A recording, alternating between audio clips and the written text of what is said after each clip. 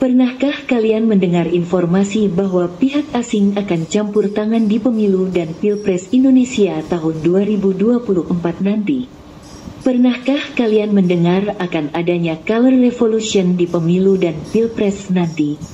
LSM Amerika seperti National Endowment for Democracy atau NED dan International Republican Institute atau IRI disinyalir bekerja sama dengan CIA ingin mencampuri pemilihan presiden Indonesia tahun depan.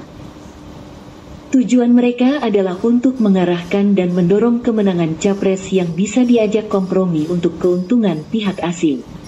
Presiden yang akan dimenangkan itu diharapkan akan merubah kebijakan luar negeri yang telah dibuat Presiden Jokowi, yang merugikan pihak asing seperti Amerika dan Eropa. Program hilirisasi dan pembangunan sektor industri di dalam negeri yang menjadi bukti bahwa Indonesia tidak bisa didikte pihak asing, telah dilakukan Presiden Jokowi. Dan itu harus dirubah. Di bawah kepemimpinan Presiden Jokowi, Indonesia menjadi semakin kuat dan mengancam persaingan global yang selama ini menempatkan negara-negara tertentu, seperti Amerika dan sebagian negara di Eropa. Hubungan yang semakin erat antara Indonesia, China, dan Rusia semakin memperkuat posisi tawar Indonesia di mata dunia. Maka melalui Pilpres 2024, kelompok asing ini akan berusaha mendorong kemenangan kandidat presiden yang tidak akan sekuat Presiden Jokowi.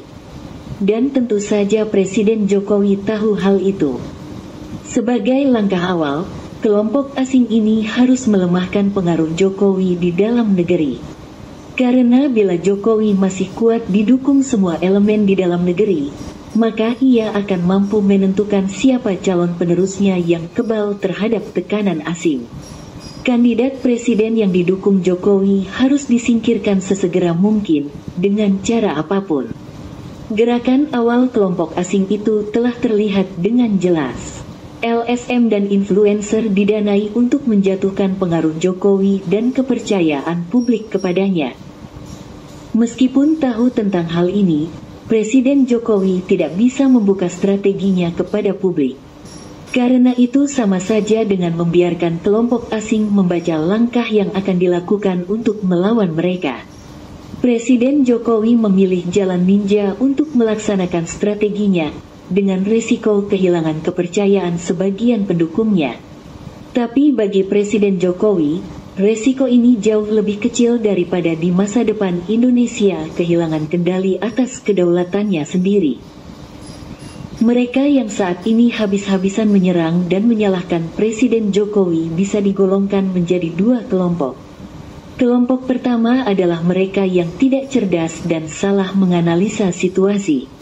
Kelompok kedua adalah mereka yang telah menjadi kaki tangan kelompok asing dan berusaha keras untuk memenangkan kandidat presiden yang telah disepakati. Kelompok ini telah melakukan kontrak politik atau setidaknya sudah berhasil dibeli. Dua kelompok ini tidak menyadari, telah melakukan kesalahan fatal.